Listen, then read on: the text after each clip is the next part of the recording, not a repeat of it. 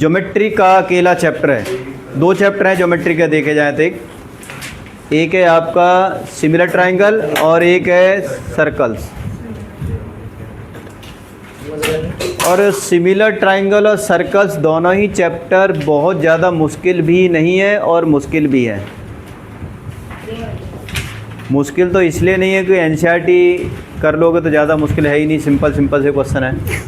जो आपने congruent triangle करे हैं ना 11th में, वही अरे हाँ वही 9th में, ठीक है, उसी का एक्सटेंडेड पार्ट है आपका सिमिलर ट्रायंगल। हरकत नहीं। तो सिमिलर का मतलब क्या होता है और कॉन्ग्रुएंट का मतलब क्या होता है, पहले तो ये देखो। अगर कोई मैंने सर्कल बनाया रेडियस 5 सेंटीमीटर का, एक सर्कल बनाया रेडियस 5 सेंटीमीटर का, एक और सर्कल बनाया रेडियस 3 सेंटीमीटर का, इनमें से कौन से कॉन्ग्रुएंट हैं, कौन से सिमिलर? कॉन्ग्रुएंट कौन से हैं? तो कॉन्ग्रुएंट का मतलब क्या होता है? When the two figure exactly overlap to each other then it's said to be congruent. They are equal in every respect, either it is area, either it is parameter or any of the dimensions, angles even. बिल्कुल हम मान लो एक उठा करके same to same वही copy हमने दूसरी बना दी, वो आपका कॉन्ग्रुएंट होता है। लेकिन सिमिलर में ऐसा नहीं होता। सिमिलर मतलब हमें दिखता है एक जैसा, कहते हैं ना, मतलब ही पता है तो सिमिलर सिमिलर सिमिलर है, एग्जैक्ट नहीं है, सिमिलर है। तो सिमिलर का मतलब क्या होता है कि जैसे अब यहाँ पर क्या सर्कल है और यहाँ भी हमने सर्कल बना दिया, भाई दोनों फिगर तो आपकी एक जैसी दिख रही है ना, सिमिलर सिमिलर दिख रही है। सिमिलर मतलब ये भी सर्कल और ये भी क्या है, सर्कल। तो they are not congruent but both are similar. तो जितने भी आपके सर्कल होते हैं ना वो सारे सिमिलर होते हैं, लेकिन कॉन्ग्रुएंट जरूरी नहीं है। ऐसे ही आपको ये कौन सा ट्रायंगल है, ईच एंगल अगर 60 डिग्री का है और एक छोटा ट्रायंगल भी बना देता हूँ, इसका भी 60 का है, तो क्या ये दोनों कॉन्ग्रुएंट हैं? लेकिन बोथ आर सिमिलर। अगर मैं यहाँ पे एक रेक्टेंगल बना देता हूँ इधर का, जिसकी साइड 6 सेंटीमीटर 6 मान लो 4, ठीक है, और एक दूसरा रेक्टेंगल बना देता हूँ जिसकी साइड मान लो 3 और 2 है, तो क्या ये दोनों कॉन्ग्रुएंट हैं? लेकिन दोनों सिमिलर है, क्योंकि हम यहाँ पर 6 थी, यहाँ पर 3 कर दी, यहाँ पर 4 थी यहाँ पर, लेकिन अगर मैं यहाँ पर 4 और 2 कर देता हूँ, 4 और 3 कर देता हूँ, तो आपके सिमिलर नहीं होंगे ये। क्यों सिमिलर? इसलिए नहीं होंगे क्योंकि जितना ये कम किया था ना उतना ये कम होना चाहिए। ये सबसे बड़ी प्रॉपर्टी है सिमिलर की। डायमेंशन जो होती है ना ये प्रोपोर्शनल, मतलब रेशो में होनी चाहिए, सेम रेशो, कि अगर 6/4 ये वाली सेम है तो ये भी 6/4 यानी 3/2 की रेशो में ही होनी चाहिए। समझ रहे हो? तो इसीलिए हम ये जो सर्कल है ना, इस सर्कल के अंदर राउंड है, इसकी तो रेडियस हमेशा किस में होगी? आपकी प्रोपोर्शनलिटी में ही होगी सारी की सारी। तो इक्विलेटरल ट्रायंगल में सारे एंगल इक्वल हैं, इस एंगल की भी इक्वल है, तो साइड भी क्या होंगी? हमेशा प्रोपोर्शनलिटी में होंगी। तो मेन जो प्रॉपर्टी बनती है ना सिमिलर ट्रायंगल की, वो बनती है प्रोपोर्शनलिटी में, इक्वल में नहीं बनती। जैसे all the sides of the congruent triangle are equal, लेकिन all the sides of a similar triangle are proportional. Equal नहीं होती, क्या होती हैं? प्रोपोर्शनल।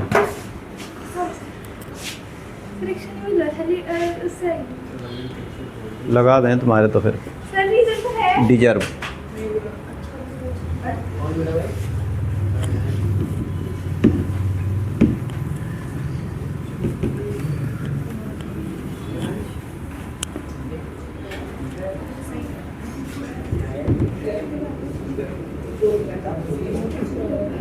थेल्स थ्योरम ये है दूसरा, बेसिक प्रोपोर्शनलिटी थ्योरम। बेसिक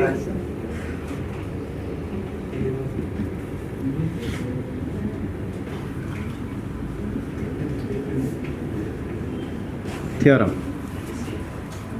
ठीक है, शॉर्ट फॉर्म में ये और लार्ज फॉर्म में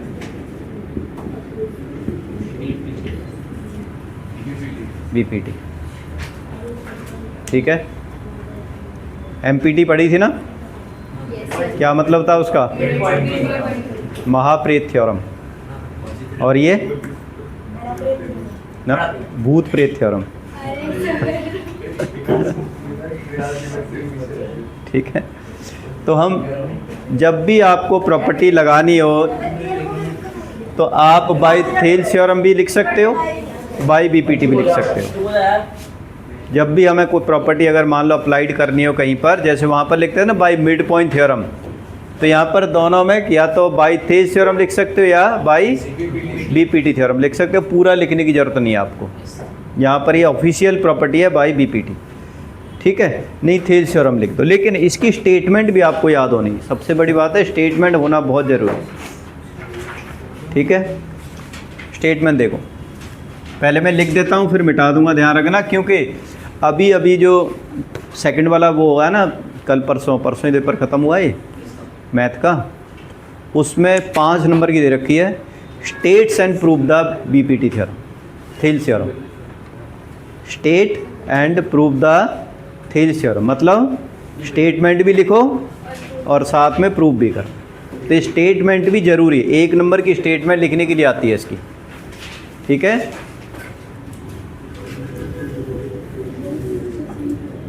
if a line drawn parallel to one side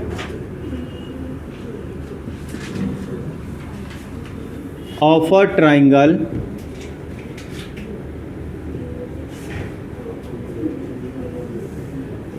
divide the,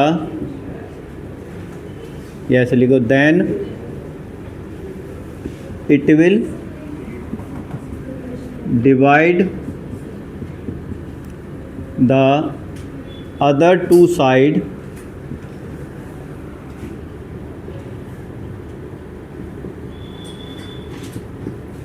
in the same ratio।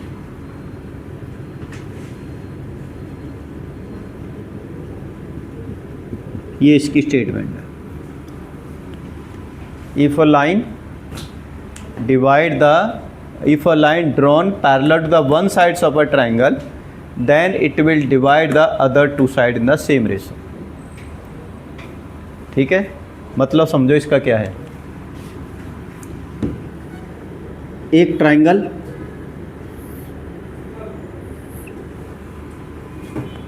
मान लेते हैं ए बी सी, एक पैरेलल लाइन खींचते हैं एक साइड के पैरेलल, ये पैरेलल लाइन है, तो बाकी 2 साइड को सेम रेशो में डिवाइड करेंगे एट डिस्टिंक्ट 2 पॉइंट्स। मान लो ये D और E 2 पॉइंट्स हैं, तो अगर ये लाइन DE पैरेलल क्या है BC है, तो जो DE लाइन है मिड पॉइंट में क्या था कि if a line drawn join the mid point of the 2 side then it will parallel to the, ये था। इसमें क्या है कि अगर ये लाइन इसके पैरेलल है तो ये दोनों साइड क्या होंगी, सेम रेशो में होंगी। सेम रेशो का मतलब AD और BD इक्वल, मतलब AD upon BD is equal क्या होगा, AE अपॉन EC। समझ रहे हो कि अगर ये लाइन इसके पैरेलल है then the these 2 line will be in the same ratio. समझ रहे हो, मतलब हमें गिवन क्या है, गिवन है कि in triangle ABC DE parallel क्या है BC which intersect AB and AC at D and E, D और E पे इंटरसेक्ट करती है। समझ रहे हो, प्रूव क्या करना है,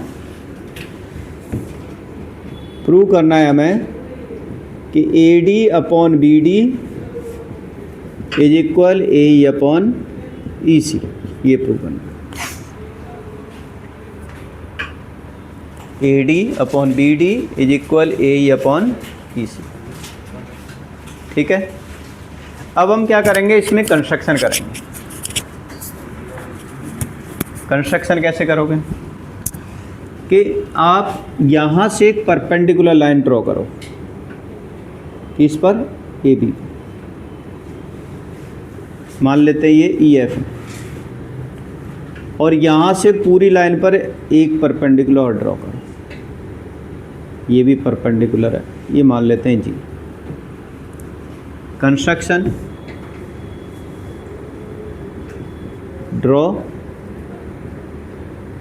ई F perpendicular to A B and D G perpendicular to A C and join करना है किसको, आपको बी ई को और डी सी को, इसको जॉइन करना, join B E and D C. ये छोटी सी कंस्ट्रक्शन थी इसमें। ठीक है, ये परपेंडिकुलर ए बी पर है और डी जी परपेंडिकुलर किस पर है, ए सी पर। ठीक है, अब लिखते हैं प्रूफ।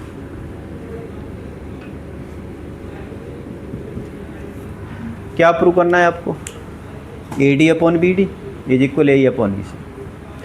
तो सबसे पहले आप ये देखो कि ए डी पर कौन सा ट्रायंगल बना हुआ है, समझ रहे हो, ए डी पर कौन सा ट्रायंगल है वो देखो आप पहले।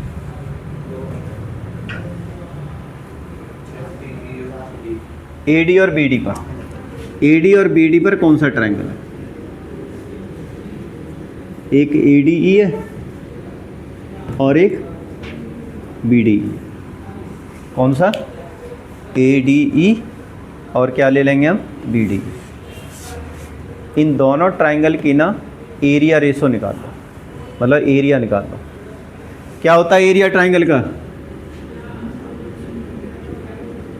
क्या होता है, हाफ बेस इंटू हाइट। तो अगर मैं area of triangle A D ई निकालूं तो क्या आएगा, हाफ बेस क्या है और अल्टीट्यूड क्या है इसके ऊपर,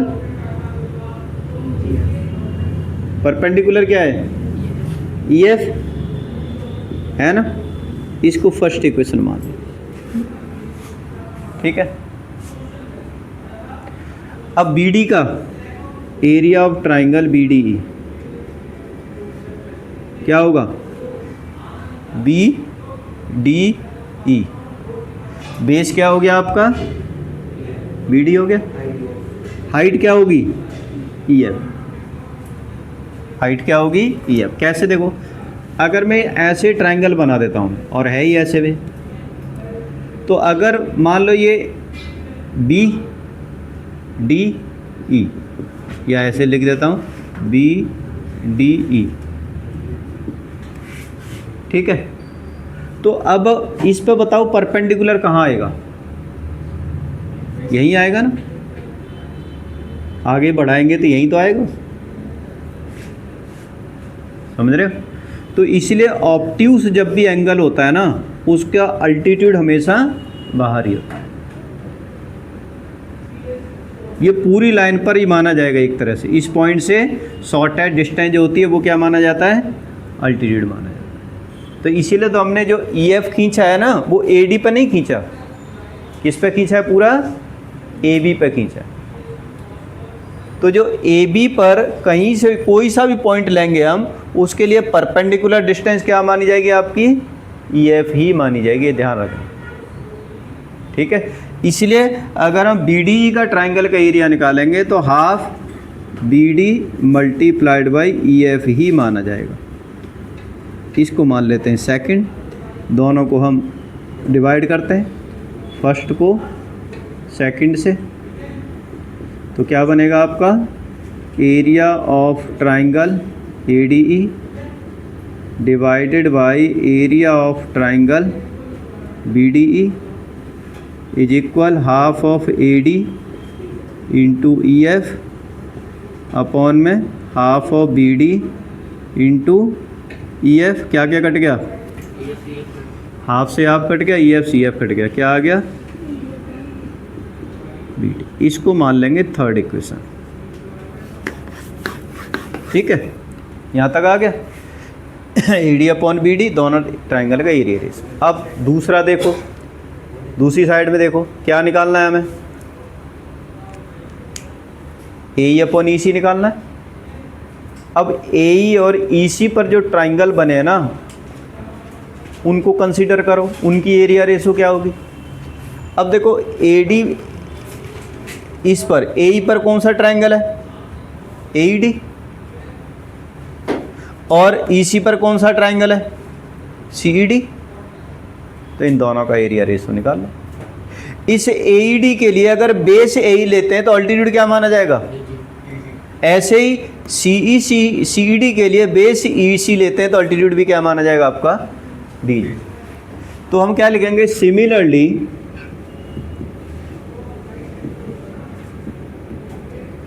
area of triangle A E D upon area of triangle C E D is equal होगा half A E into D G divided by half E C into D G. ये cut जाएगा तो आपका क्या आएगा, ए ई अपॉन ई सी। ये बनेगी कौन सी इक्वेशन, फोर्थ। ठीक है, 4 इक्वेशन बने। अब इस थर्ड को और फोर्थ को देखो आप, और इसका LHS कंपेयर करो। ADE और AED कोई अलग ट्राइंगल है, सेम है, चाहे वो ADE पढ़ लो या AED पढ़ लो, तो ये तो सेम चीज़ हो गई AD। लेकिन फ़र्क क्या पड़ा, BDE और CED अलग हैं, BDE और क्या है ये CED, ये दो अलग ट्राइंगल हैं। तो अगर इन दोनों ट्राइंगल का भी एरिया इक्वल हो जाता है तो इसका मतलब ये पूरा LHS इस पूरे LHS के बराबर हो जाएगा। अब इक्वल कैसे होगा, ध्यान दो, एक चीज़ है ना, कॉन्ग्रुएंट नहीं है। एक प्रॉपर्टी होती है, देखो मैं बताता हूँ, ये एक ट्राइंगल है, ध्यान से समझो इधर, ये एक ट्राइंगल है और यहाँ से एक ये भी ट्राइंगल है और यहाँ से ये भी एक ट्राइंगल है।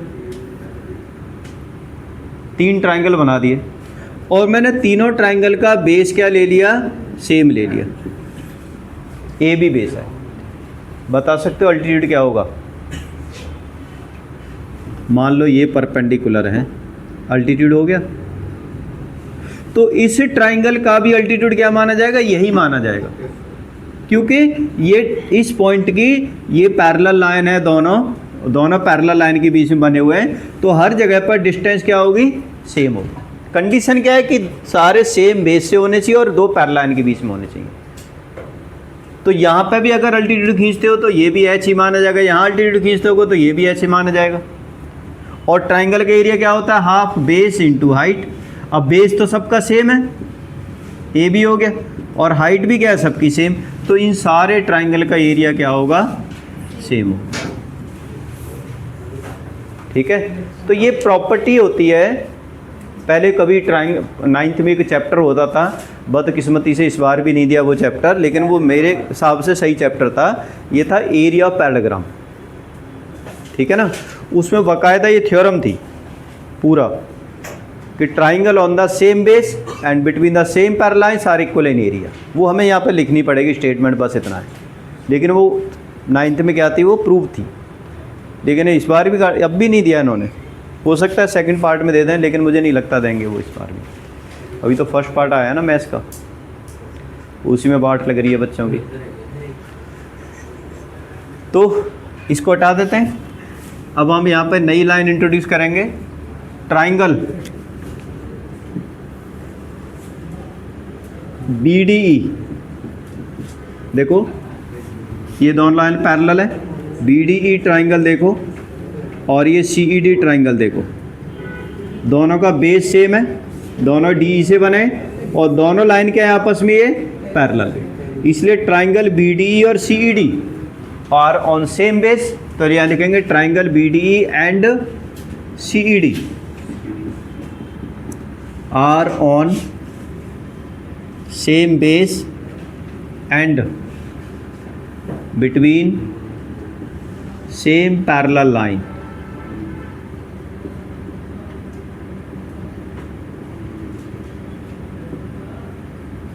Therefore, area of triangle BDE is equal हो जाएगा area of triangle CED। ये बनेगी फिफ्थ इक्वेशन। अब इस फिफ्थ इक्वेशन से ये इसका LHS और इसका LHS क्या हो गया, सेम हो गया। क्यों? क्योंकि ADE और ADE तो पहले से इक्वल है, अब BDE और CED भी इक्वल हो गया, तो इसका मतलब ये पूरा और ये पूरा दोनों का इक्वल हो गया। यानी from third, fourth and fifth से LHS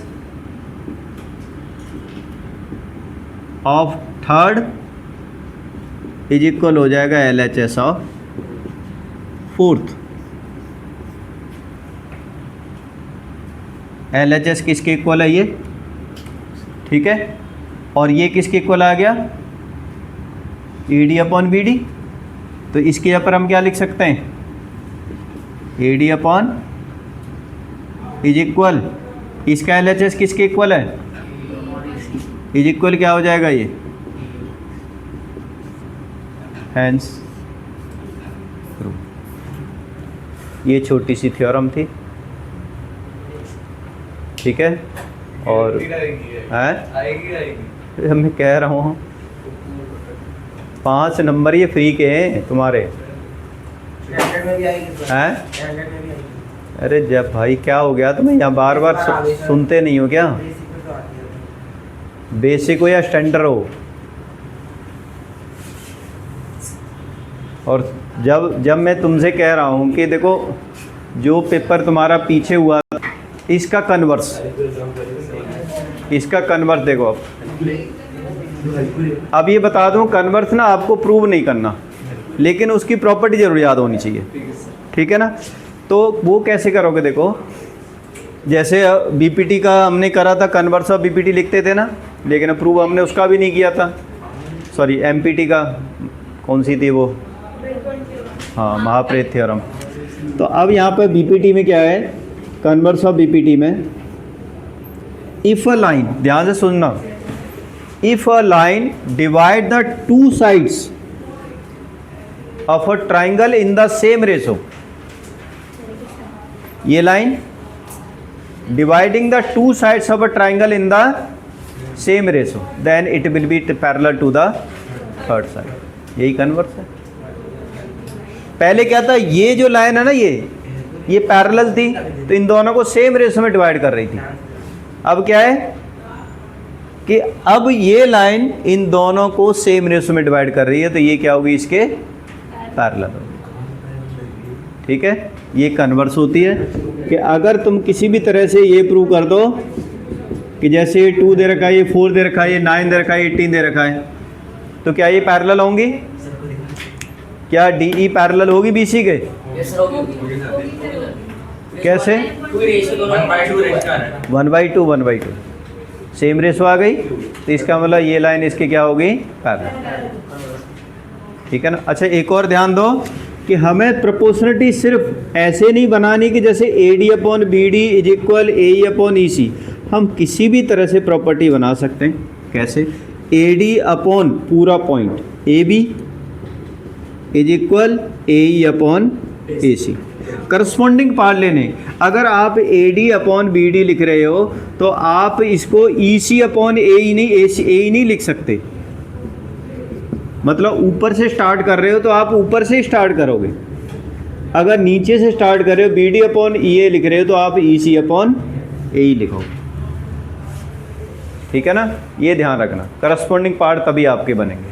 अगर BD अपॉन AB लिख रहे हो तो क्या होगा, EC अपॉन ए सी होगा। कुछ भी लिख दो, ए सी लिख दो, सी ए लिख दो, उससे कोई फ़र्क नहीं पड़ता, लाइन वही है। क्या मैंने कहा ना, correspond A D upon A B is equal होगा A E upon A C. A D upon A B इसकी प्रोपोर्शनलिटी हो गई, और इसके करस्पॉन्डिंग में साइड की क्या होगी, ए ई अपॉन ए सी। ठीक है, तो करस्पॉन्डिंग पार्ट को ही प्रोपोर्शनलिटी में लेना है आपको। हालांकि ये प्रूव भी कर सकते हैं, 1 1 ऐड कर दो इसमें इधर उधर, तो आपका ये प्रूव हो जाएगा कि A B upon A D is equal A C upon A. ये प्रूव हो जाएगा अगर 1 1 ऐड कर दोगे। देखो A D upon B D plus 1 is equal A E upon E C plus 1। LCM क्या आएगा, ए डी प्लस इधर upon A D plus B D क्या होगा, तो ए बी अपॉन क्या आ गया, is equal A E upon E C क्या होगा,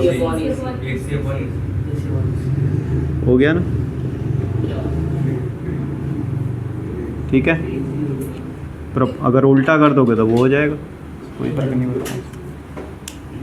ठीक, तो भी प्रूव करने के लिए आता नहीं है, वैसे आप डायरेक्ट लिख सकते हो सर। मैडम तुम्हारी कई बार ये भी बता सकती हैं। अब निकाल लेते हैं एक्सरसाइज।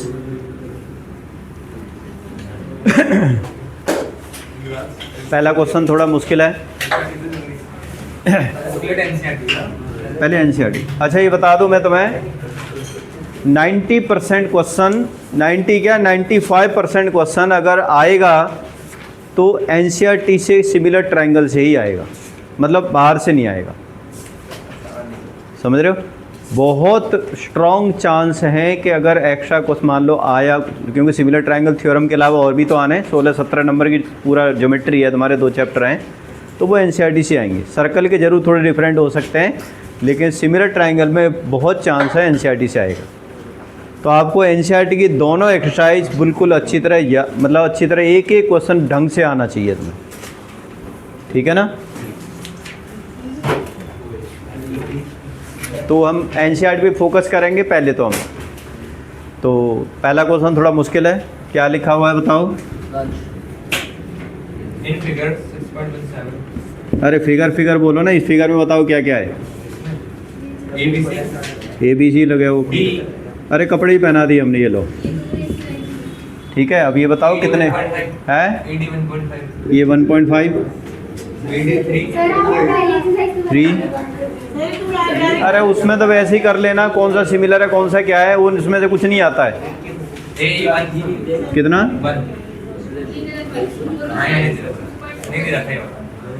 6.1 नहीं आती है, उसमें सिर्फ ये दे रखा है, 1-2 क्वेश्चन है, वो भी ये पूछा हुआ है, बताना है कि कौन से सिमिलरिटी बनती है कौन सी नहीं बनती। ठीक है ना, अब तुम पिटने वाले बता रहा हूँ मैं तुम्हें।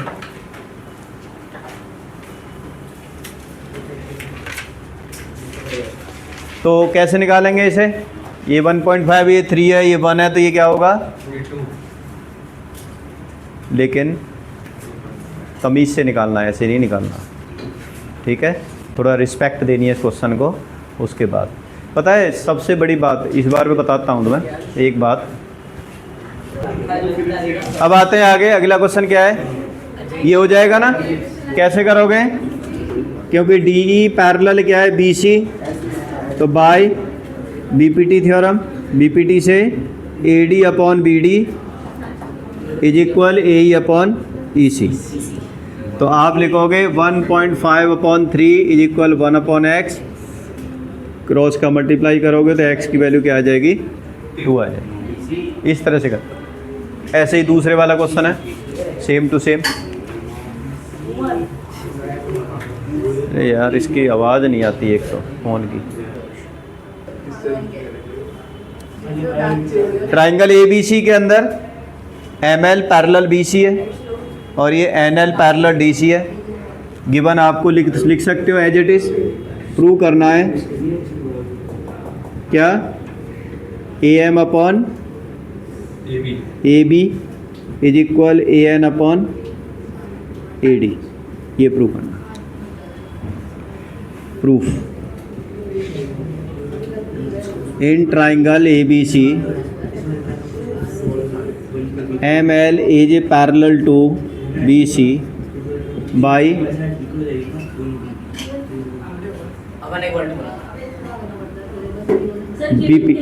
बीपीटी। एनसीईआरटी से टेप लो। बीपीटी से क्या होगा, हमें जो ये लाना है ना उसी की प्रोपोर्शनलिटी बना लो आप। ए बी सी लिया है हमने ट्राइंगल, ये वाली लाइन इसके पैरेलल है, प्रूव करना है A M upon A B लाना है हमें, तो यही लो आप, A M upon A B is equal A L upon A C. समझ रहे हो? आप A M upon M B भी ले सकते हो, फिर 1 1 ऐड करना पड़ेगा, बस इतना फ़र्क होगा तुम्हें। ठीक है, मतलब A M upon A B is equal A L upon में ए सी, इसको मान लो फर्स्ट इक्वेशन। अब इन ट्राइंगल ए डी सी, इसमें क्या है, N L is parallel to D C, ये वाली लाइन इसके पैरेलल है। इसमें प्रूव करना है कि A N upon A D, तो लाओ अब A N upon A D by लिख देंगे हम बीपीटी। बीपीटी से क्या होगा, A N upon A D is equal A L upon A C. रुक जाना अभी अभी, ठीक है। मेरा फ्रॉम फर्स्ट एंड सेकंड से क्या प्रूव होगा,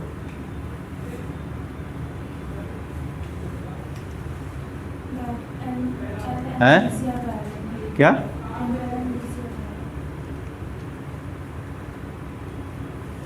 तन्वी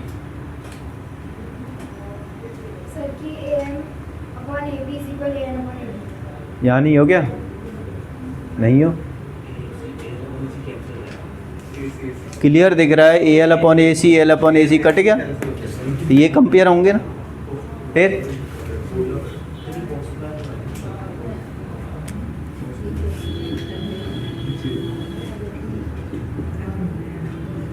ए M upon A B is equal A N upon A D, hence हो गया। ठीक है, नेक्स्ट क्वेश्चन।